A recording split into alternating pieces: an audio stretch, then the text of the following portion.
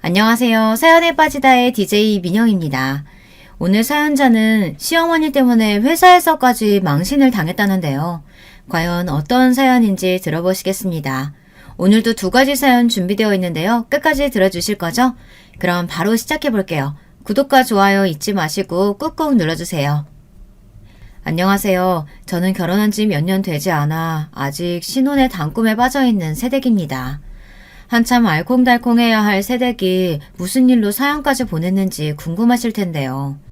사실 저도 이 상황이 너무 난감해요. 결혼하고 난 뒤 행복한 나날을 보내는 와중 자꾸만 저의 결혼 생활에 똥물을 튀기는 사람들이 있거든요. 그건 바로 시어머니와 시누이예요. 내가 결혼을 괜히 했나 싶은 생각이 들 정도로 시어머니와 시누이는 저를 힘들게 합니다. 어떨 땐 이렇게 살다가는 정말 이혼을 할 수도 있겠다는 생각이 들 정도입니다. 저와 남편은 회사 동료 소개로 만나 딱 1년 연애하고 결혼했어요. 남편은 직장도 좋고 성격도 좋아요. 회사에서도 워낙 일 잘하기로 유명해서 동기 중 가장 먼저 승진했다고 소개팅을 주선해줬던 친구가 입이 마르게 칭찬했어요. 하지만 한 가지 제가 간과하고 있던 사실이 있었습니다. 남편은 효자입니다. 요즘 세상에 남편이 효자라는 것만으로도 힘든데 저희 남편은 효자에다가 하나 더 추가해서 여동생 바보이기까지 해요. 남편에게 8살 어린 여동생이 있거든요. 남편이 초등학교에 입학할 때 태어난 동생이다 보니 남편은 동생을 애지중지합니다. 연애할 때에는 사실 시누이가 어리든지 말든지 별로 상관이 없었어요. 물론 남편이 평소에도 시누이 이야기를 많이 하긴 했지만 크게 신경 쓰지 않았습니다. 그냥 여동생과 친하구나, 자상한 오빠다 정도로만 생각했죠. 그리고 사실 남편에게 동생이 있다는 말을 처음 들었을 때는 기분이 좋기도 했어요. 제가 형제가 없다 보니 결혼과 동시에 어린 동생이 생기면 재미있을 것 같았습니다.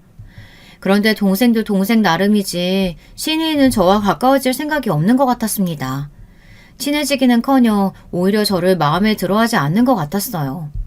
심지어 저를 오빠 여자친구가 아니라 마치 경쟁자로 생각하는 것처럼 보였습니다. 처음 보았을 때부터 그랬어요. 시댁에 인사 가기 전 남편이 저를 동생에게 먼저 소개해주고 싶다고 해서 저녁에 퇴근하고 밖에서 같이 저녁을 먹기로 했습니다.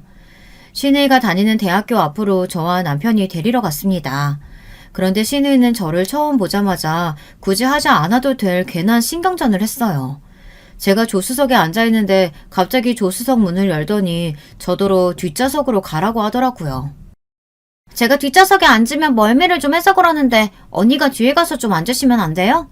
제가 조수석에 앉아야 멀미를 안 하거든요. 그때까지만 해도 정말 속이 안 좋고 조수석이 좋아서 그러는 줄 알았어요. 그런데 잠시 뒤 꼭 그렇지만은 않을 수도 있겠구나 싶더군요. 시누이가 뒷좌석에 앉은 저를 철저하게 배제하고 남편하고만 대화하려고 한다는 걸 금방 느꼈습니다. 시누이는 자꾸만 저는 전혀 모르고 남편과 시누이만 아는 이야기를 꺼내며 둘이서만 시시덕거렸어요. 남편은 뒤에 앉은 제가 신경 쓰여 저에게 말을 걸려고 하면 시누이는 일부러 말을 탁탁 끊었습니다. 심지어 남편의 어깨에 기대 애교를 부리면서요. 저도 익히 남편에게 들어 시누이와 남편의 사이가 남다른다는 건 알았지만 이 정도일 줄은 몰랐습니다. 저녁을 먹으면서도 저는 어이가 없었어요. 남편이 화장실에 가고 저와 시누이만 남았는데 시누이가 갑자기 제 얼굴을 빤히 쳐다보더군요. 그러더니 저를 위아래로 훑었어요. 저는 기분이 상하는데도 애써 웃으며 왜 그러냐고 물었습니다. 제 얼굴에 뭐라도 묻었느냐고요. 그러자 시누이가 피식 웃으면서 한다는 말이 기가 막히더군요. 전에 만났던 언니는 키도 작고 아담하니 귀여웠는데 언니는 키도 너무 크고 피부도 까무잡잡한 게 영 오빠랑 안 어울리네요. 순간 저는 제 두 귀를 의심했습니다. 정말 저에게 하는 말이 맞나 싶어서요. 저는 너무 황당해서 말문이 턱하고 막히고 말았습니다. 제가 아무리 마음에 안 들어도 그렇지 남편의 전 여자친구 이야기까지 하면서 대놓고 저와 비교하는 건 기분이 상했습니다. 오빠가 원래 예전부터 저처럼 작고 하얀 여자가 이상형이거든요. 갑자기 왜 여자 보는 눈이 바뀌었을까? 언니 혹시 집에 돈 많아요? 시누이가 아무리 나이가 어리다고 해도 성인이에요. 20살을 훌쩍 넘긴 성인이 어떻게 하면 저런 개념 없는 소리를 할 수 있을까요? 저는 이대로 순순히 넘어가 줄 수는 없었습니다. 이제 곧 가족이 될 사이인데 만만하게 보일 수는 없었어요. 여동생한테 자기 여자 취향 솔직하게 말하는 오빠가 몇이나 되겠어요. 더군다나 아직 아무것도 모르는 어린 동생한테. 내가 특별히 애비 아가씨한테만 얘기해주는 건데 오빠가 나 보자마자 첫눈에 반해서 몇 달을 쫓아다닌 거예요. 저는 사실 처음엔 그냥 그랬거든요. 저는 애써 말을 돌려 신우이를 한 방 먹였습니다. 좀 얄미워서요. 그랬더니 신우이 얼굴이 순식간에 빨개지더군요. 고작 1년 만나놓고 언니가 오빠야 돼 뭘 한다고 그래요. 지금이야 둘이 좋아서 아무것도 눈에 안 보이겠지만 우리 오빠가 워낙 나라면 끔찍해서 내가 언니 싫다고 하면 결혼도 안 할걸요? 그러니까 앞으로 나한테 잘해요. 나한테 못하면 오빠한테 다 잃을 거니까. 어머, 이제 보니까 우리 아가씨가 오빠가 갑자기 장가 간다고 해서 되게 서운한가 봐요. 걱정하지 말아요. 제가 오빠한테도 잘하고 우리 귀여운 아가씨한테도 잘할게요. 애써 웃으며 받아쳤지만 사실 그날 신우이를 만나고 나서 저는 당황했어요. 이건 뭐 대학생이 아니라 초등학생보다도 못한 것 같았습니다. 아무리 오빠가 장가 가는 게 아쉽고 서운해도 그렇지 어쩜 새언니 될 사람한테 저러나 싶었죠. 신우이의 만행은 거기서 끝이 아니었습니다. 식사 자리가 끝나고 시간이 늦어 남편이 저를 집에 데려다 준다고 했는데 신우이가 갑자기 배가 아프다며 배를 부여잡더니 빨리 집으로 가자고 남편을 조르더군요. 나 배도 너무 아프고 너무 피곤해. 언니까지 데려다주고 돌아와서 가면 너무 힘들 것 같아. 언니는 배도 안 아프고 건강하니까 혼자서 집에 갈 수 있죠? 남편의 어깨에 착 붙어서 배도 아프고 피곤하다며 징징거리는데 딱 봐도 꾀병이더군요. 저는 애써 표정을 가다듬으며 남편에게 먼저 가라고 했습니다. 저는 그냥 택시 타고 간다고요. 그날 집에 돌아와서도 저는 마음이 쉽사리 가라앉지를 않았습니다. 남편의 팔짱을 끼고 유유히 사라지던 신우이의 표정과 모습이 떠나질 않아서요. 남편의 어린 여동생에게 화가 나고 질투심이 생긴다는 게 저도 어이가 없었지만요. 신우이의 태도는 제가 충분히 기분 상할 만했어요. 저는 결국 참지 못하고 남편에게 전화해 식사 자리에서 신우이가 저에게 무례하게 군 것에 대해 하소연했습니다. 저더러 남편 이상형이 아니네 마네 했던 말부터 헤어질 때까지 배가 아프다고 한 것도 꾀병 같았다고요. 그런데 제 하소연에 돌아온 남편의 말에 저는 순간 당황했습니다. 남편은 신우이가 제게 무례하게 굴 거라는 걸 다 알고 있었다는 겁니다. 미진이가 워낙 유난해. 전에도 내 여자친구들만 만나면 그랬어. 자기한테 미리 말하려다가 그러면 자기가 괜히 더 긴장해서 나올 것 같아서 이야기 안 한 거야. 자기 기분 상했으면 미안해. 저는 어안이 벙벙했습니다. 남편의 여자친구를 볼 때마다 신우이가 저랬다네요. 시스터 컴플렉스, 브라더 컴플렉스 말로만 들어봤지 실제로 제가 이런 일을 겪게 될 줄은 몰랐으니 적잖이 당황스럽더군요. 미진이한테는 내가 오빠이기 전에 부모가 친구였어. 어려서 부모님이 바쁘셔서 내가 미진이 기저귀 갈아주고 업어주고 키웠거든. 중고등학교 때는 수업 끝나는 대로 집에 가서 미진이 밥 차려주기 바빴고. 그랬던 오빠가 갑자기 결혼한다고 하니까 미진이가 셈이 좀 나나봐. 자기가 좀 이해해줘. 남편은 신우이에 대한 일을 대수롭지 않게 여겼습니다. 시부모님이 남편과 늦둥이인 신우이를 키우기 위해 돈 버느라 하루 종일 장사를 하셨대요. 그러다 보니 남편이 신우이를 키우다시피 한 거죠. 그랬으니 신우이도 부모님보다 남편을 더 많이 의지했던 거고요. 사실 남편에게 막연하게 이야기 들었을 때는 남편도 신우이도 이해되지 않았어요. 하지만 어쩌겠어요. 집마다 다 상황이 다른 거고 앞으로 가족이 될 사람인데 제가 더 이해하려고 노력해야죠. 저는 마음을 잡고 신우이와 더 가까워지자 마음을 먹었습니다.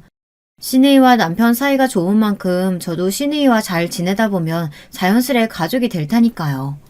그런데 제가 너무 쉽게 생각했나 봐요. 신우이는 제가 생각한 것보다 훨씬 더 개념이 없었습니다. 신우이는 생각지도 못한 순간에 불쑥 제 앞으로 튀어나왔어요. 결혼식장을 보러 다닐 때도 신부 화장이나 드레스를 보러 다닐 때도 툭하면 남편을 따라왔습니다. 그날 또 결혼식 메이크업을 상담받으러 갔는데 신우이가 굳이 따라왔더군요. 남편은 당황한 저에게 애써 변명했습니다. 하나밖에 없는 오빠가 결혼한다니까 미진이가 궁금한 게 많은가 봐. 이것저것 구경하고 싶다고 해서 데리고 나왔어. 결혼하기 전에 자기도 미진이랑 더 친해지면 좋을 것 같아서. 제가 100번 양보해서 신우이가 따라온 것까지는 그렇다고 쳐요. 그런데 굳이 또 따라와서는 상담해주는 실장님에게 안 해도 될 말을 하더군요. 우리 오빠는 워낙 동안이라 괜찮은데 세연이는 주름이 많아 그런가? 나이보다 훨씬 들어 보이는 얼굴이라 걱정이에요. 실장님, 우리 세연이 무조건 어려 보이게 해주세요. 이러다가 결혼식 날 하객들이 신부 연상 아니냐고 물어보면 어떡해요. 사람을 앞에 두고 노안이네 뭐네 하면서 멋대로 떠드는데 저도 모르게 기분이 상해서 도저히 표정 관리가 되지 않더군요. 아가씨도 참, 제가 무슨 주름이 있다 그래요. 저 지금도 화장 안 하고 나가면 학생이냐고 물어보는 사람도 있어요. 저도 모르게 욱해서 정색을 하고 말았습니다. 그런데 제 말에 신우이가 소리까지 내며 크게 웃더군요. 기가 차다는 듯이요. 세언니, 뭘 그렇게 정색하고 그래요. 농담 좀 한 거 가지고. 맞아요. 언니 얼굴에 주름 하나도 없어요. 저보다 또 어려 보여요. 됐어요? 신우이는 생각보다 고단수였습니다. 아주 대놓고 저를 가지고 놀더군요. 순간 저는 금방이라도 얼굴이 터질 것처럼 빨개졌어요.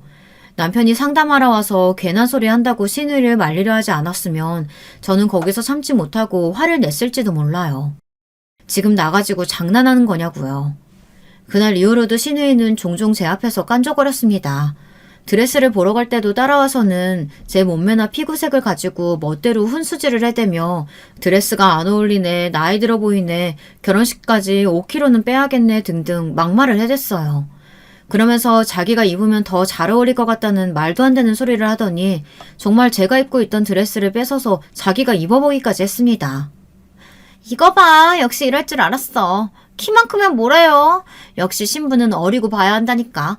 오빠랑 나란히 서 있으니까 언니보다는 내가 오빠랑 더 잘 어울리죠. 우리 미준이 드레스도 잘 어울리네. 이제 진짜 시집가도 되겠어. 그치 자기야? 우리 미준이 이쁘지? 제가 속이 좁은 걸까요? 저는 도저히 저 남매가 이해가 되질 않았어요. 아무리 생각해도 신우이도 남편도 어떻게 제 앞에서 저런 소리를 할 수 있을까 싶었습니다. 저는 할 말이 없어서 애써 어색하게 웃어버리고 말았어요. 남편이고 신우이고 말도 안 되는 소리를 할 때마다 제가 일일이 한 소리 할 수가 없는 게 신우이는 언제 그랬냐는 듯이 금방 또 실실 웃으면서 남편 귀에다 대고 제가 키가 크고 몸매가 좋다는 둥 이목구비가 뚜렷하다는 둥 금세 비행기를 태워버리니 할 말이 없었습니다. 신우이는 저를 가지고 놀며 쥐락펴락했어요. 도저히 제가 이길 수가 없었어요.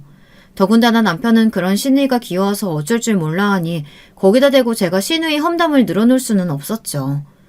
신우이는 보면 볼수록 보통이 아니었습니다. 결혼 전 저와 남편을 따라다니면서 저에게 막말만 해댄 게 아니에요. 뭘 그렇게 자꾸만 사달라고 조르는지 신우이 눈에는 저나 남편이 물주나 호구로 보이는 것 같았어요. 저와 남편이 예물을 살 때도 따라와서 자기도 사달라며 어느새 반지며 팔찌며 골라서 함께 계산하게 했어요. 그뿐만이 아니에요. 맨날 만날 때마다 고가의 음식점을 찾아와서 저희에게 사달라고 했습니다. 그냥 듣기에는 신우이가 밥 사달라고 하면 그거 몇 푼이나 한다고 좀 사줄 수도 있지 쪼잔하게 뭘 그런 거 가지고 그러냐고 하실 수도 있지만요. 그게 몇 푼이 아니었어요. 저와 남편 기념일라 해도 한 번 가본 적 없는 고급 호텔 뷔페나 코스 요리가 나오는 식당까지 멋대로 예약해뒀습니다. 셋이 가서 45만 원이 훌쩍 넘는 비용이었어요. 처음에 한두 번은 그러려니 했는데 그게 반복되니 저도 기분이 상하더군요. 아무리 생각해도 신우이가 하는 짓이 얄밉고 거슬렸어요. 그래서 저는 은근슬쩍 남편에게 말했습니다. 동생이 예뻐서 뭐든 해주고 싶어하는 마음은 이해하지만 제가 보기에는 좀 과한 것 같다고요. 설마 결혼하고도 신우이에게 그렇게 뭐든 퍼줄 생각이냐고 물었어요. 만약 결혼하고도 계속 이러면 저는 좀 힘들 것 같다고요. 그래도 그나마 다행이었던 건 남편이 말이 통하는 사람이었다는 겁니다. 나한테 하나밖에 없는 동생이다 보니까 지금까지 내가 너무 오냐오냐해서 미진이가 좀 버릇이 없기는 해. 하지만 나도 결혼하고 내 가족이 생기면 지금처럼은 못하지. 미진이도 이해할 거야. 남편은 자신이 결혼하고 가정이 생기면 신우이도 이해할 거라고 했지만 제가 보기엔 전혀 그럴 것 같지 않았어요. 남편이야 결혼하게 되면 사는 집도 달라지고 사는 사람도 달라지지만 신우이는 자기가 살던 집에서 남편만 나가게 되는 거니 남편이 전과 다르게 행동하면 서운해할 게 뻔했죠. 제가 신우이 때문에 소름 돋았던 일이 있었어요. 신혼집을 계약하러 갔을 때였는데 신우이가 아예 우리 집 작은 방을 자기 방이라고 부르더라고요. 오빠, 난 이 방이 아늑한 게 마음에 들어. 이 방은 앞으로 내 방으로 할래. 언니, 이 방은 내가 자주 와서 쓸 거니까 다른 짐은 채우지 말아요. 오빠, 나 이 방에 침대랑 책상 하나씩만 사줘라. 가끔 와서 공부도 하고 잠도 자고 가게. 아가씨는 참 농담도 잘해요. 이 방은 제가 따로 서재로 만들려고 벽지랑 바닥 타일까지 이미 다 골라놨어요. 신우이의 반응에 너무 어이가 없어 저도 표정 관리가 잘 되지 않았지만 저는 애써 웃으며 제 의견을 말했습니다. 그러자 옆에 계시던 시어머니가 제 어깨를 툭 치시더군요. 새아가, 미진이 제 농담 아니야. 원래 어릴 때부터 오빠 장가 가면 자기도 따라간다고 했어. 앞으로 우리 미진이 잘 부탁해. 시어머니는 뭐가 그렇게 재밌는지 깔깔 웃으시면서 저더러 잘 부탁한다고 말을 하는데 저는 온몸에 소름이 돋더군요. 저와 남편은 당연히 신우이가 농담하는 거라고 생각했어요. 아무리 개념이 없어도 오빠 신혼집에 자기 방을 마음대로 만들어 놓고 멋대로 드나드는 그런 신우이는 세상 어디에도 없을 테니까요.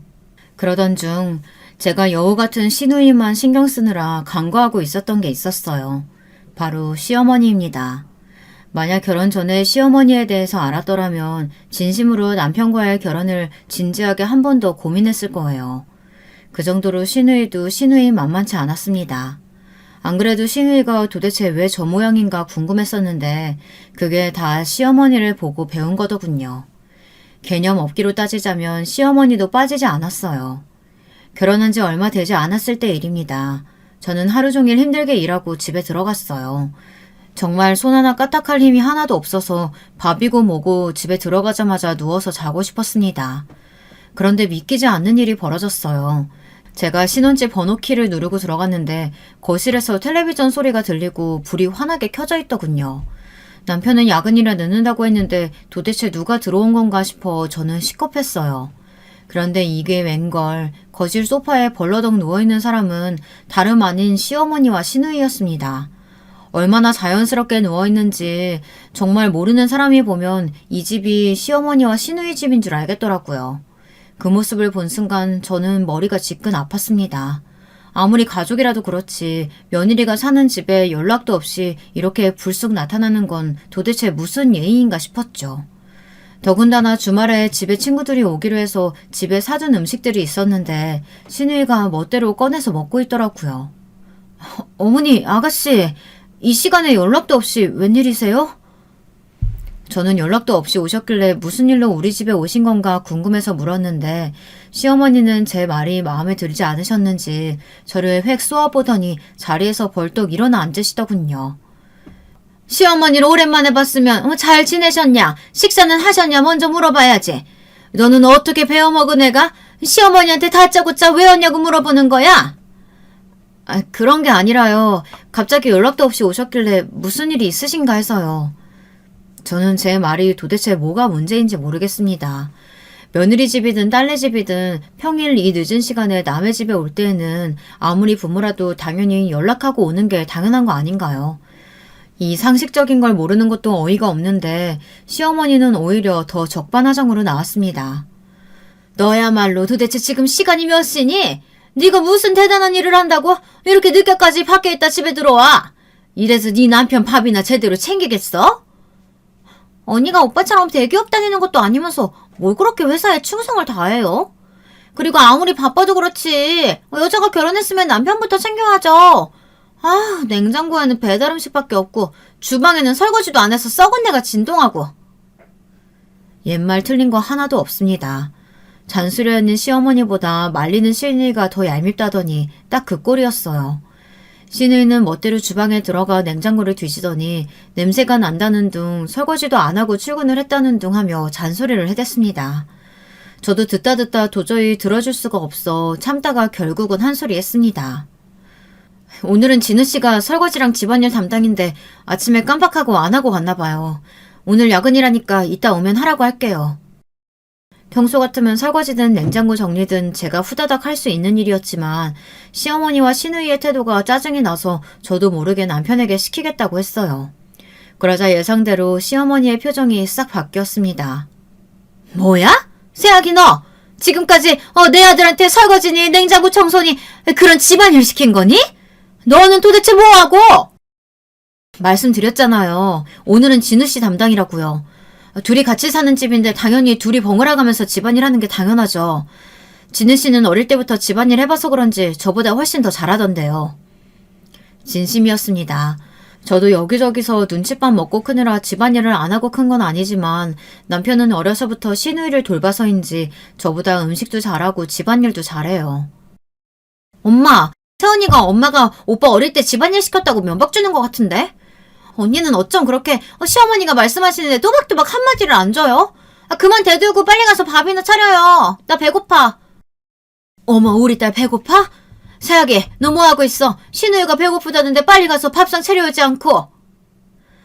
마음 같아서는 밥상이고 뭐고 내 집에서 쏙 나가라고 소리를 질러버리고 싶었지만 그럴 수도 없었어요. 어쨌든 시댁 식구들인데 밥 시간대에 온 식구들을 밥도 안 차려주고 보낼 수는 없었습니다.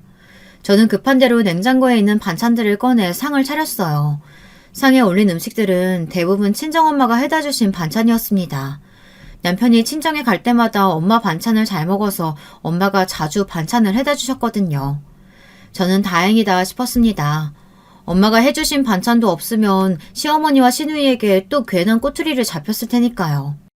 그런데 시어머니나 시누이는 정말 상상을 뛰어넘는 사람들이었어요. 친정엄마가 해주신 반찬이며 음식들을 하나도 남김없이 마구 퍼먹어서 빈 접시들만 남았는데도 그 앞에서 말도 안 되는 소리를 해대더군요. 사돈이 가만 보면 간이 너무 짜. 우리 아들 짜게 먹으면 안 되는데. 새아기니까 사돈한테 간 좀 제대로 보시라고 해라. 사위 먹는 반찬에 무슨 소금을 이렇게 뿌려댔대. 거기다가 혼자 사는 할머니가 무슨 손이 이렇게 크다니. 너희 둘이 사는데 이건 너무 많겠다.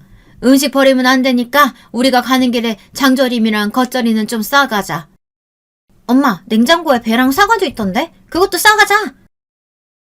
친정엄마 음식 가지고 타박할 때는 언제고 어느새 냉장고에 있는 과일이랑 반찬들은 다 봤는지 냉장고에 남은 반찬들이랑 과일까지 싸달라더군요. 저는 황당하면서도 빨리 시어머니와 시누이를 보내고 싶어 대충 반찬과 과일을 싸서 보냈습니다. 그런데 말도 안 되는 건 그 이후에도 자꾸만 우리 집에 오셨다는 겁니다. 항상 연락도 없이 불쑥 아무 때나 나타나서 밥 차려라, 집골이 이게 뭐냐 하면서 시집살이를 하셨어요. 그럴 때마다 시누이는 항상 대동하고 오셔서는 둘이 똑같이 굴었죠. 그럴 때마다 저는 눈앞이 캄캄했어요. 말도 안 통하는 시어머니만으로도 너무 힘든데 앞으로 저 여우 같은 시누이까지 어떻게 감당해야 하나 답이 없었거든요. 남편에게도 말해봤지만 소용없었어요. 시어머니와 시누이는 기가 막히게 남편이 없을 때만 집에 왔기 때문에 남편은 실제로 시어머니와 시누이의 만행을 보지 못했어요. 남편도 막연하게 제 말만 듣는 거라 시어머니와 시누이가 저와 친해지고 싶어서 오는 건데 왜 그렇게 싫어하느냐고 오히려 저를 이해하지 못했죠. 자기도 알잖아. 우리 엄마 아버지 돌아가시고 많이 외로워하셔서 나랑 미진이가 엄마 많이 챙기는 거. 엄마 딴에는 자기랑 더 딸처럼 지내고 싶어서 가까워지고 싶어서 그러는 거니까 좀 이해해줘. 우리 엄마는 나 초등학교 때 아버지 돌아가셨어. 그런데도 지금까지 나한테나 자기한테 한 번도 이래라 저래라 귀찮게 하신 적 없잖아. 거기다가 아가씨까지 매번 따라와서 옆에서 깐족거리는데 듣다 보면 정말 미쳐버릴 것 같다니까? 장모님이 우리 생각해서 잘해주시는 거 나도 알지. 우리 엄마는 장모님이랑 달리 마음도 약하고 어려. 미진이도 마찬가지고. 자기가 우리 식구들 때문에 힘들겠지만 내가 그만큼 자기랑 장모님께 잘할게. 미안해 여보. 남편은 항상 제 하소연에 조금만 이해해달라며 미안하다고 했습니다. 자기 식구들이 좀 예민하고 특이하다는 걸 본인도 안다면서요. 제 투정에 남편이 그렇게 얘기할 때면 저도 마음이 좋지 않았습니다. 그럴 수밖에 없는 게 남편은 저희 친정엄마에게 참 잘했어요. 친정엄마에게 뿐만이 아니라 저희 외가 친척들에게까지 잘했습니다. 제가 어릴 때 아버지가 돌아가시고 나서 저는 고아나 다름없이 컸어요. 아버지가 사업을 하면서 진 빚이 많아 어머니는 그 빚을 갚기 위해 안 해본 일이 없이 지방 여기저기 돈을 벌러 다니셨어요. 그래서 저를 키울 수가 없어 외할머니 댁에 맡겨졌거든요. 당시에 외할머니 연세가 많다 보니 사실 당시 대학생이었던 외삼촌이 저를 키워주신 거나 다름없었습니다. 삼촌이 아침이면 깨워서 밥을 챙겨 먹이고 학교에도 데려다 주셨거든요. 제가 하교하고 돌아오면 숙제도 봐주고 저녁도 챙겨줬어요. 그러다가 삼촌이 장가가고 나서는 한동안 못 봤었는데 외할머니가 돌아가시고 나서는 다시 삼촌 댁으로 갔습니다. 사실 바로 삼촌 댁으로 간 거는 아니에요. 처음엔 여러 이모 댁을 전전했었는데 이모들이 저를 구박하고 눈칫밥 먹인다는 소리를 어디서 듣고서는 삼촌이 저를 데리러 왔어요. 그 이후로 엄마가 데리러 올 때까지 저를 삼촌이 걷어서 몇 년을 더 키워주셨어요. 삼촌은 저에게 그렇게 잘해주시고도 미안해하세요. 저는 당시에 삼촌이 결혼한 지 얼마 되지 않았는데도 저를 데려가 주신 거에 대해 고맙기만 한데 삼촌은 본인이 자식이 생기고 나서 제가 눈치를 보며 나갔다고 생각하시더라고요. 전혀 아닌데 말이죠. 어찌됐든 그 어린 날의 추억으로 아직도 삼촌과 숙모와는 왕래하면서 지내요. 명절에도 친정에서 다 같이 보내고요. 그러다 보니 남편과도 자연스레 가까워져서 남편은 삼촌이나 저희 이모들에게도 잘한답니다. 제가 힘들 때 도와주신 분들이니 자신과도 가족이라면서 명절이면 선물도 보내고 만나면 식사 대접도 하곤 합니다. 그런 남편을 생각해서라도 저도 남편 가족들과 좋게 지내려고 했어요. 남편 말대로 몇 년 전에 시아버지가 갑작스레 심장마비로 돌아가시고 나서 시어머니가 많이 힘들어하셨다는 걸 저도 들어서 알고 있었으니까요. 그때 시어머니가 우울증이 심하게 와서 남편이 회사에 나가는 것조차 불안해하셨대요. 그래서 학교 근처에서 하숙하던 시누이가 본가로 다시 들어온 거죠. 시어머니 곁에 있겠다고요. 물론 시댁 식구들끼리 사이가 좋은 건 저도 알겠습니다. 하지만 그건 자기들끼리 이야기지 저에게 대하는 방식은 전혀 달랐어요. 저를 새로운 가족으로 생각하기보다는 자기들 집에 일해주러 온 식모 정도로 생각하는 것 같았습니다. 연락도 없이 시도 때도 없이 집에 들여닥쳐서는 시어머니는 저에게 밥해라 청소해라 잔소리하고 시누이는 올 때마다 제 옷이며 가방, 액세서리를 멋대로 달라고 졸라대도 넘어갔습니다. 어떨 때는 말도 안 하고 옷을 가지고 가버린 적도 있었거든요. 한 번은 연락도 없이 나타나는 시어머니와 시누이가 불편해서 제가 현관 비밀번호를 바꾼 적이 있었어요. 근데 그 일을 가지고 시어머니가 일하고 있는 제게 전화해서 막말을 퍼부었습니다. 세하게, 너 우리 오는 거 싫어서 비밀번호 바꿨니? 어차피 우리 아들한테 물어보면 그까지 비밀번호 다 말해주겠지만 네가 하는 꼴이 너무 건방져가지고 그냥 넘어갈 수가 없다. 내가 내 아들 집에 가겠다는데 네가 뭔데 마음대로 비밀번호를 바꿔? 이게 아주 멀쩡한 모자지간 떼어내려고 작정을 했구나. 시어머니는 쉬지도 않고 자기 말만 퍼부었어요. 제가 끼어들 틈도 없이요. 목소리가 얼마나 큰지 다른 직원들에게까지 소리가 들릴 것 같아 저는 사무실을 나와 전화를 받았습니다. 그리고 최대한 차분하게 제 생각을 말씀드리려고 했어요. 어머니, 화내지 마시고 들어주세요. 그 집이 진우씨 집이기도 하지만 저도 같이 사는 집이잖아요. 연락 오실 때는 연락을 주고 오셔야 저도 준비를 해놓죠. 갑자기 불쑥 오시는 거 며느리로서는 당황스럽고 불편합니다. 물론 시어머니 입장에서는 며느리가 이렇게 말하면 기분이 상하실 거라는 거 정도는 압니다. 야속하게 생각하실 수도 있어요. 하지만 저희 시어머니와 시누이는 전혀 상식적이지 않습니다. 좋게 넘어가고 이해해 주다가는 정도를 지나칠 게 뻔했어요. 너 지금 그 집 구할 때 네가 돈 좀 더 냈다고 생색내는 거니? 공동명의라도 네 지분이 많다고 나더러 오지 말라는 거냐고? 보아하니 매번 갈 때마다 냉장고에 사돈이 해둔 반찬들이 차고 넘치던데 너희 엄마는 매일 드나들면서 시어머니의 나는 오지 말라는 거냐? 어머니 절대 그런 거 아니에요. 친정엄마 저희 집에 전혀 안 오세요. 제가 한 번씩 가서 반찬 가지고 오는 거라고요. 상식이 통하질 않으니 저도 욱하게 되더군요. 언성도 절로 높아지고요. 그게 그거지. 요즘 며느리들 다 자기 멋대로 굴고 시어머니라면 무조건 귀찮아한다는 거 익히 들어서 나도 안다만 남들이 다 그래도 나는 내 며느리가 그러는 꼴은 절대 못 봐. 더군다나 네가 잘난 게 뭐가 있어. 내 아들보다 대학도 후져 직장도 후져 볼 거라고는 아무것도 없는 게 어디 시어머니한테 훈계질이야. 어머니, 제가 뭘 어쨌다고 이러세요. 제가 그렇게 마음에 안 드셨으면 애초에 결혼을 허락하지 말지 그러셨어요. 얼씨구, 얘 말하는 것 좀 봐? 이래서 가정교육을 잘 받아야 되는 건데 어려서 아버지 없이 이 집 저 집 떠돌아다니면서 눈칫밥 먹으며 살았으니 뭘 배웠겠어? 시어머니는 그대로 자기 할 말만 하고 전화를 끊어버렸습니다. 저는 눈물이 울컥해서 도저히 사무실로 들어갈 수가 없었어요. 그리고 순간 끓어오르는 제 감정을 참기 힘들었어요. 남편 말이 틀렸습니다. 아무리 봐도 이건 가족으로서 저와 잘 지내고 싶어서라기보다는 제가 미워서 내쫓으려고 하는 걸로밖에 보이질 않았거든요. 그날 저녁 퇴근하고 집에 돌아오자마자 저는 남편을 붙잡고 퍼부었습니다. 오늘 낮에 있었던 일을 이야기하면서요. 이야기를 하면 할수록 낮에 들었던 시어머니의 목소리가 떠오르며 저도 모르게 감정이 격해져 남편에게 말이 세게 나갔습니다. 나 도저히 어머니랑 잘 못 지내겠어. 아무리 이해하려고 해도 며느리 앞에서 할 말이 있고 못할 말이라는 게 있는 거지. 나도 사람인데 그런 취급 받으면서는 못 살아. 제 말에 깊은 한숨을 내신 남편은 그럼 저더러 어떻게 하겠다는 거냐고 묻더군요. 이혼이라도 하자는 거냐고요. 저는 절대 남편과 헤어지고 싶은 게 아니에요. 단지 시어머니와 시누이를 상대하는 게 너무 힘들었죠. 저는 우선 당분간 시어머니와 시누이는 보고 싶지 않다고 말했어요. 단순히 저에게 심한 말을 해서 감정이 상해서 이러는 게 아니라 정말 마음에 상처를 받았거든요. 아무렇지 않게 시어머니와 시누이를 보며 웃으며 이야기를 나눌 수 없을 것 같았어요.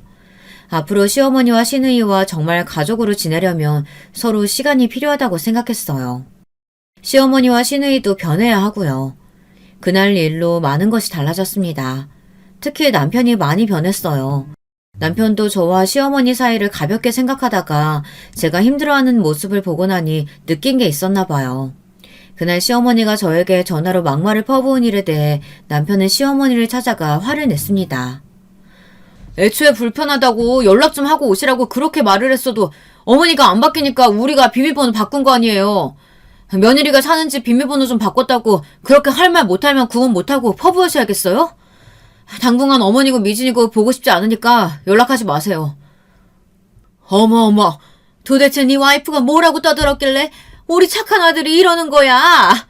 새아기, 그게 곰인 줄 알았더니만 아주 곰탈을 쓴 여우였구나. 오빠, 우리가 뭘 어쨌다고 이래. 엄마는 세원이랑 딸처럼 지내고 싶어서 편하게 대한 거야. 세원이가 남의 집에서 눈칫밥 먹으면서 커서 그런지 가족 간의 정을 모르는 것 같고. 나한테도 얼마나 쌀쌀맞게 구는데. 미진이 너 세원이한테 남의 집에서 눈칫밥 먹으며 컸다니 어디서 그런 소리를 해? 설마 네 세원이 앞에서도 그런 소리 한 거야? 너 정말 그 정도밖에 안 되는 애였어? 남편에게 싫은 소리 한 번 들은 적 없던 큰 시누이와 시어머니는 그날 이후 저를 더 미워했습니다. 이 일이 전부 다 저 때문에 벌어진 일이라고 생각했죠. 자기들이 잘못한 건 아무것도 없는데 제가 중간에서 이간질했다고 느꼈어요. 사실 남편이 그렇게까지 말하면 시어머니나 시누이도 좀 느끼는 게 있겠지 싶었는데 전혀 아니더군요. 당분간 연락하고 싶지 않다고까지 말했는데도 남편이 시어머니나 시누이에게 오는 연락을 받지 않는지 시어머니는 저에게 연락을 했어요. 시어머니에게 오는 전화를 안 받을 수는 없어서 올 때마다 받긴 했는데 전화를 받을 때마다 시어머니는 저로 인해 아들과 사이가 틀어졌다며 제 탓을 하고 말도 안 되는 화와 분노를 퍼부었습니다. 시누이도 마찬가지였어요. 어느 날 술에 잔뜩 취해 집 앞에 찾아왔길래 문을 열어줬어요. 그랬더니 웬일로 저더러 미안하다고 애교를 부리며 자고 가겠다고 하더군요. 남편이 시간도 늦었으니 하루 재우자길래 그렇게 했는데 다음날 아침에 일어났더니 시누이가 없어졌더라고요. 제가 아끼던 패딩과 운동화도 함께 말이죠. 산지 일주일밖에 안 된 것들이었어요. 그제야 알겠더군요. 사람은 절대 변하는 게 아니었어요. 시어머니와 시누이는 원래 그런 사람들이었습니다.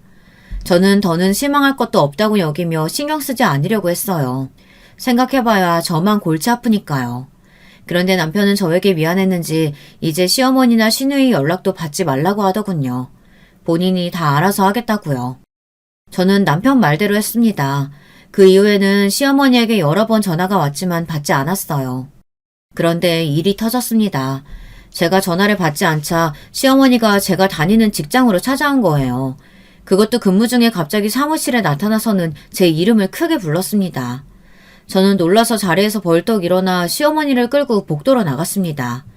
그런데 시어머니는 아예 저에게 망신 줄 생각으로 찾아왔는지 일부러 더 크게 소리를 지르더군요. 이게 다 너 때문이야. 너 때문에 우리 아들하고 내 사이까지 나빠졌잖아. 어쩐지 처음 너 봤을 때부터 마음에 안 들었었어. 이럴 줄 알았으면 진작 내가 도시락 싸들고 다니면서 결혼 막았어야 했는데.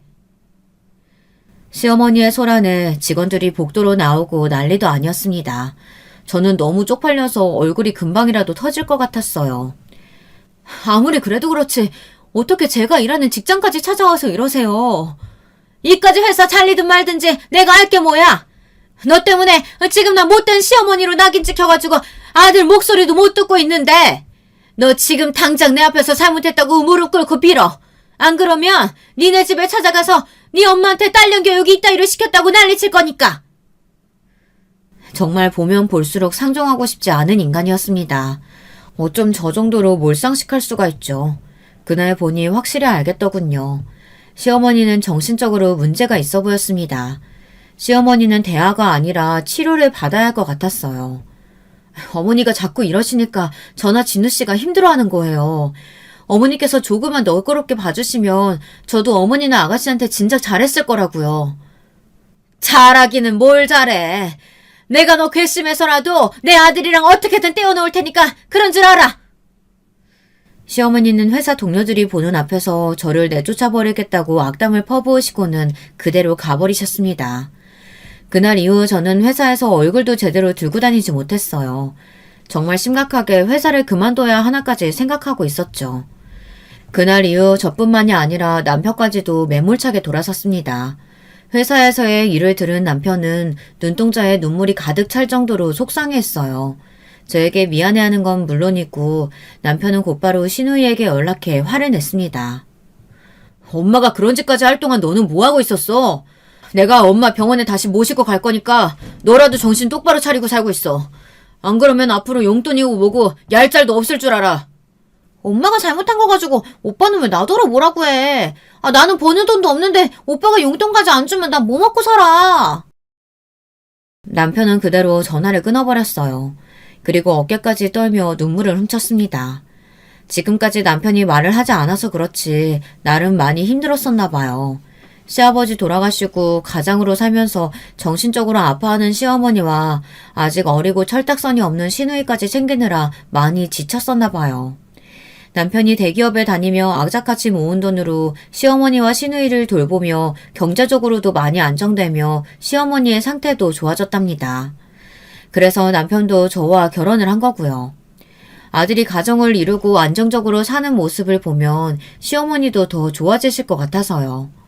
그런데 이런 일이 생길 줄은 꿈에도 몰랐답니다. 아들이 사랑하는 사람이니 당연히 시어머니나 시누이도 좋게 받아줄 줄 알았는데 말도 안 되는 꼬투리를 잡으며 이렇게 적대적으로 대할 줄은 몰랐대요.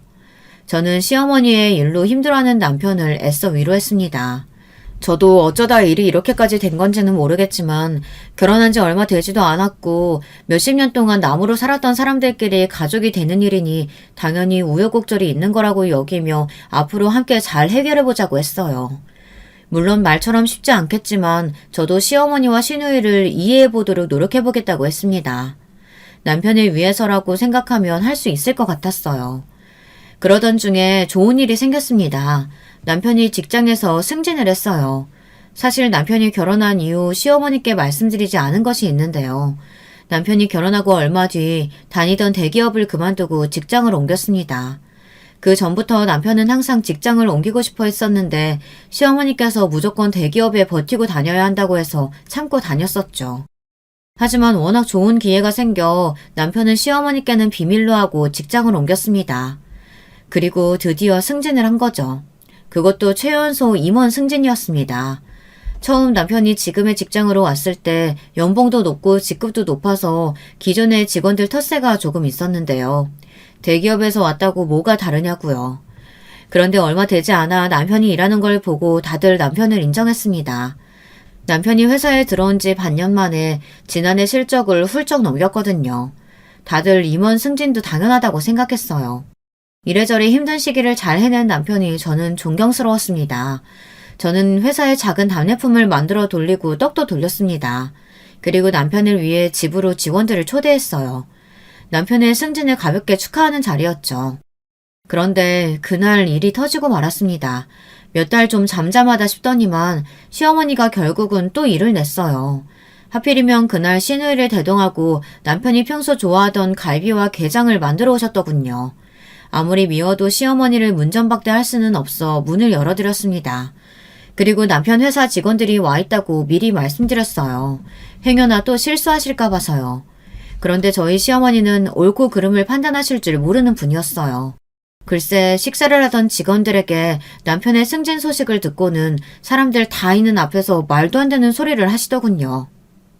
내 아들이 이렇게 대단하다니까? 아무리 생각해도 너한테 내 아들은 과분해서 너무 과분해. 이럴 줄 알고 내가 이번 기회에 새로 며느리 구했다.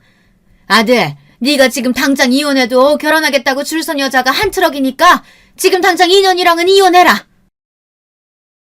저는 순간 경악을 금치 못했습니다. 남편과 함께 일하는 직원들이 있는 앞에서 정말 저런 소리를 하셨어요. 저는 현기증이 날 정도로 충격을 받아 비틀거렸죠. 그때 놀란 남편이 저에게 달려와 부축하고 시어머니에게 소리를 질렀습니다. 어머니, 도대체 왜 이래요? 정말 노망이라도 난 거예요? 아들, 엄마한테 노망이라니? 네가 지금은 저 여우한테 홀려서 몰라서 그러는데 너 분명 후회할 거야. 너처럼 잘난 애가 뭐가 모자라서 저런 모자란 애랑 살아. 그러니까 애라도 없을 때 지금이라도 이혼해. 시어머니는 말하는 내내 저를 쏘아보며 막말을 쏟아냈습니다. 남편처럼 완벽한 남자가 도무지 왜 저처럼 덜 떨어진 애랑 사는지 모르겠다고 하더군요. 그 순간 저도 정신이 번쩍 들었습니다. 저는 제 어깨를 부축하고 있는 남편을 밀쳐내고 시어머니에게 다가갔습니다. 제가 모자라요? 도대체 구체적으로 제가 어디가 모자라다는 거예요?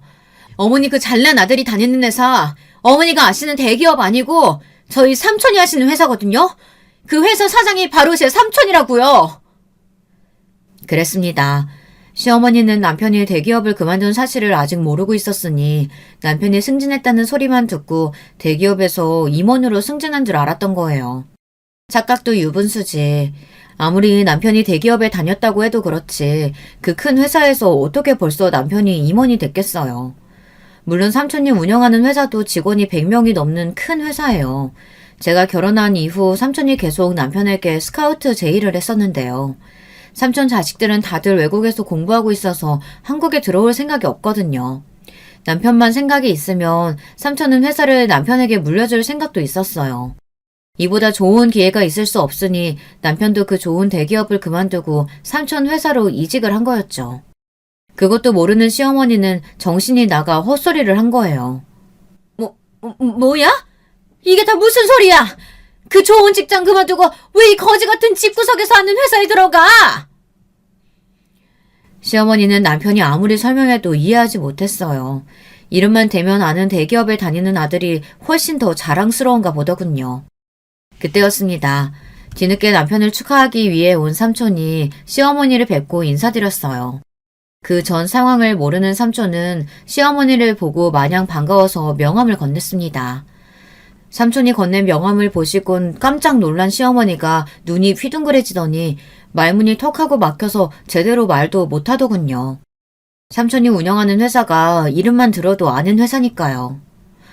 우리 수진이가 제가 업어 키운 조카다 보니 꼭 딸 같아서 조카 사위라도 꼭 제 사위 같아요.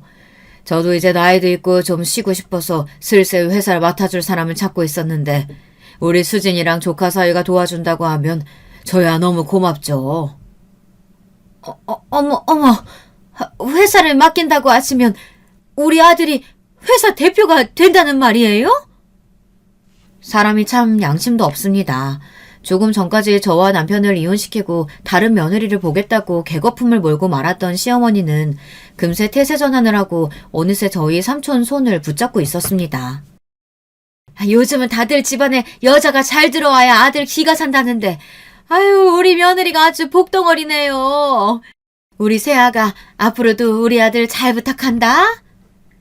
콧소리까지 내면서 저를 끌어안는데 저는 순간 온몸에 소름이 돋았습니다. 더 기가 막혔던 건 삼촌이랑 직원들이 돌아가고 나서부터였어요. 우리 새아가 갈비랑 게장 좋아하지?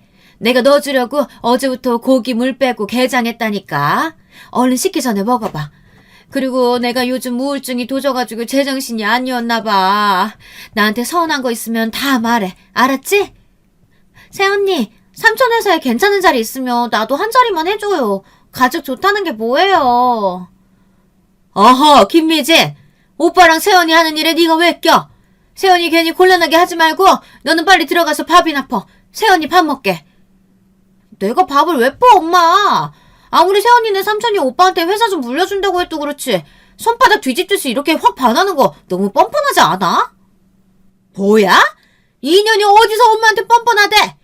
너야말로 백수주제에 집에서 펑펑 놀지만 말고 앞으로는 세연이 바쁜데 와서 청소도 좀 해주고 반찬도 좀 해다주고 그래.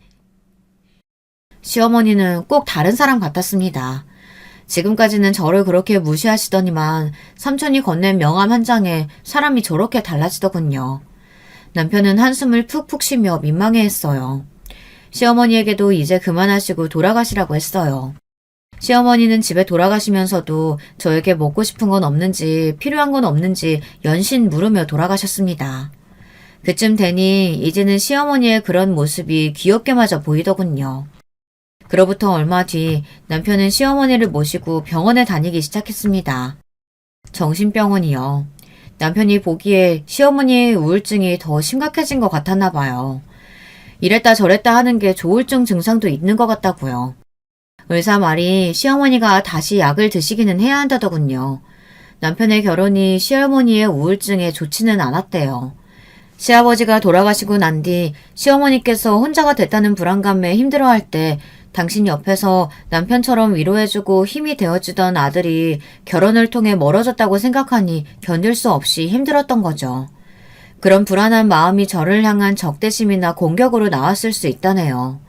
생각보다 자식을 둔 부모 중에 이런 경우가 종종 있대요. 배우자 대신 자식에게 의지했던 부모 중에 나중에 손자나 손녀에게까지 질투심을 느끼는 경우까지 있답니다. 그 이야기를 듣고 나니 시어머니가 저에게 했던 행동들이 제가 미워서 그랬다기보다는 시어머니가 아파서 저에게 그랬을 수도 있겠다는 생각이 들더군요. 그 이후 다행이었던 건 시어머니께서 약을 처방받아 먹으며 치료를 받으시고 나니 전보다 많이 좋아졌다는 겁니다. 시어머니께서 저를 대하는 방식이 변한 게 삼촌과의 일 덕분인지 치료 덕분인지는 모르겠지만 그래도 그 전보다는 훨씬 지낼만 합니다. 가끔 부담스러울 때도 있지만요. 문제는 시누이예요. 시어머니는 치료받으면 좋아질 수 있지만 시누이의 철없음은 약으로도 고쳐지지 않으니까요. 시누이는 지금도 종종 시어머니의 반찬 배달을 하러 와선 제 물건이며 옷을 말도 없이 가지고 가요. 남편은 취직하고 바빠지면 시누이도 저러다 말 거라고 하는데 저는 거슬립니다. 시누이의 버릇을 어떻게 고치면 좋을지 좋은 의견 있으신 분들은 댓글로 조언 좀 해주세요. 그래도 저는 요즘 지낼만 합니다. 시어머니 때문에 이혼까지 고민할 정도로 힘들었었는데 시어머니께서 많이 좋아지셨으니까요. 지금까지 저의 긴긴 이야기 들어주셔서 감사합니다. 여러분의 가정에는 항상 화목한 일만 가득하시길 바랄게요. 여러분, 두 번째 사연 시작하기 전에 좋아요, 구독 꼭 눌러주실 거죠? 그럼 두 번째 사연 바로 시작합니다. 안녕하세요. 전 이제 평온한 노년을 준비하고 있는 60대 여성입니다. 사연을 보내는 일은커녕 내 사정을 모르는 이들에게 전한다는 것 자체가 난생 처음이라 서투르고 부족하겠습니다만 옛 친구의 얘기를 듣듯이 편안한 마음으로 들어주셨으면 합니다. 좋은 얘기도 아니고 내세울 것도 아니지만 이렇게나마 털어놓는 게 제 마음엔 평안을 줄 것 같아서요. 전 2살 많은 남편과 그 슬하에 자식 2명을 두었습니다. 첫째는 아들, 둘째는 딸인데 어디 내놔도 남부럽지 않은 어른으로 키웠다는 자신이 있었습니다. 금전적 능력은 조금 부족할지언정 사람으로서 제대로 된 인격을 갖추는 게 제 평생의 교육 방침이었거든요. 다행히 딸아들 둘 다 키우면서도 크게 절 힘들게 하지 않았고 예의 바르다는 말을 많이 듣고 자랐습니다. 그게 제 자랑이고 기쁨이었죠. 그러다 물류센터에서 일하는 첫째 아들은 9년 전에 결혼했고 그해 바로 딸아이를 낳아서 기르고 있습니다. 그 아이가 벌써 초등학생이 됐으니 시간이 왜 이리 빠른지 모르겠네요.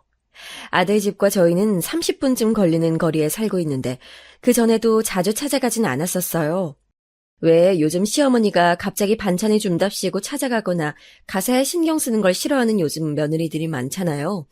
그래서 신경을 쓰지 않는 게 가장 좋은 부모인 것 같아서 그렇게 살아왔습니다. 며느리 역시 살갑다기보단 뭐랄까, 시부모와는 거리를 두고 싶어하는 티를 많이 내는 성격이라 맞춰주기도 했고요. 이걸 언제 알았냐면 전에 한번 김치를 갖다 주러 간 적이 있었어요. 잔뜩 못마땅한 표정으로 나와서는 어머님, 그이 보내던 거 하면 되는데 뭐하러 여기까지 오셨어요?